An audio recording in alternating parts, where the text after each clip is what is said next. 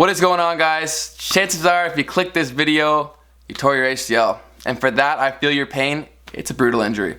But you're probably rehabbing now or getting close to starting your rehab, and you have some questions about this heavy duty thing. You probably bought this for a ridiculous amount of money if you don't have insurance, and you're wondering when you should be using it, when it's beneficial to be using it, and when you should not be using it. So I'm going to try to provide some insight, my opinions on my progression from surgery and rehab, to give you some advice, some pointers, so we can expedite your progress and your recovery as fast as possible, so you can get back to doing what it is you want to do as soon as possible. So without further ado, let's cue the intro and talk some stuff.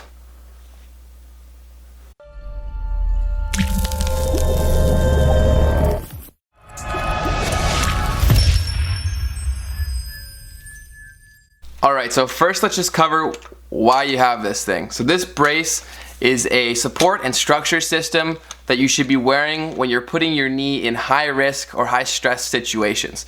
So that would be whenever you're cutting or activating your ACL, whether that be through sport or different activities.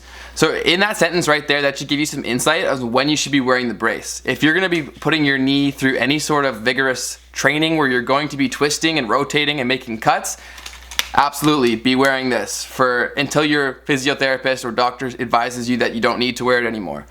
With that being said, you're typically going to start with far less strenuous rehabbing exercises. And with those will be strength building exercises like the squat, lunges, things of that nature. And if you just think of the foundations of that exercise, at no point, if you're doing it correctly, should there be any rotation within your knee. So with that being said, it's not going to activate or have a lot of stress on your ACL. Because how the ACL works is it feeds through and is activated when you rotate. So that without any rotation, if you're just doing a squat, there's very little activation on your ACL. So it is my advice, as well as from my physiotherapist, is if you don't feel pressure on the graph when performing a movement, it's better off not wearing the brace. So by doing these strength exercises without your brace, what it'll allow you to do is separate your mind from being reliant on the brace. If you can get comfortable doing these strong compound movements, hitting a bunch of your legs, a bunch of the muscles within your legs, and getting stronger and stronger without the brace, it's only going to help your progress and help you get to the point where you no longer need the brace at all, faster and faster. So this is just, it's a lot of, as much as it is a physical thing, it'll allow you to get stronger, faster, and less reliant on it. It's also a huge mental thing. And that's a huge thing that is repeated to me many, many times for every doctor I speak to, is how big of a mental game an ACL recovery is. So any tool that you can have in your toolbox to get your mind ready, get your mind ready and back to that place where you feel fully confident in your knee is only going to help you. And by training and structurally safe weight training without it could be a tool that can help you do that faster.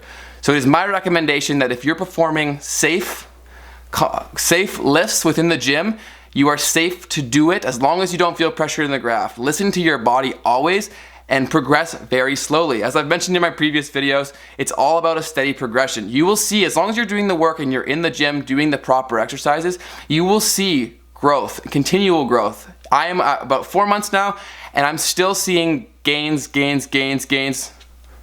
not those gains, but gains within the knee.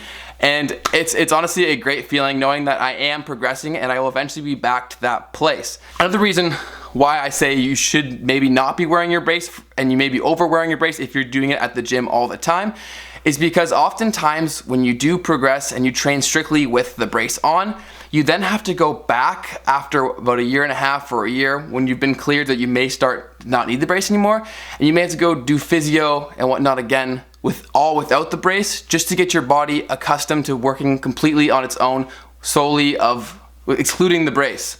So that's just another thing that you're going to have to overcome, and something that you can eliminate altogether by doing this without your brace. Honestly, the only things that I'm using my brace for currently at 4 months is if I'm going for a jog, and I'll typically run for about 3 or 4 kilometers, which I'm pretty happy with at this point in the game. But I've run without my brace and with my brace, and it makes a huge difference. And that's naturally because if you're running, you don't want to risk it. I didn't run very long without my brace because that is a high risk situation, especially if you're running outside. You just don't want you want to limit anything that you can't control, and the brace can help you do that. So that pretty well wraps up all I want to say on that front. If you have any questions, I encourage you to reach out to me, whether it be in the comment section or an email. I would be more than happy to answer any questions you may have about fitness, nutrition, or ACL recovery. These are the things that I'm dealing with currently. So if you enjoyed the video, smash the like button. Be sure to subscribe. You know you want to. Just click the subscribe button. Just do it. Just do it. Just do it. Do it! Just do it! And I appreciate you so much for watching. Appreciate all the love, support. Drop a like, drop a comment, and I'll see you guys next time. Have yourself an excellent, excellent day. Cheers, guys. Peace. Dab died in 2016. I'm sorry. Do it! Just do it! Don't let your dreams be dreams. Yesterday, you said tomorrow, so just do it!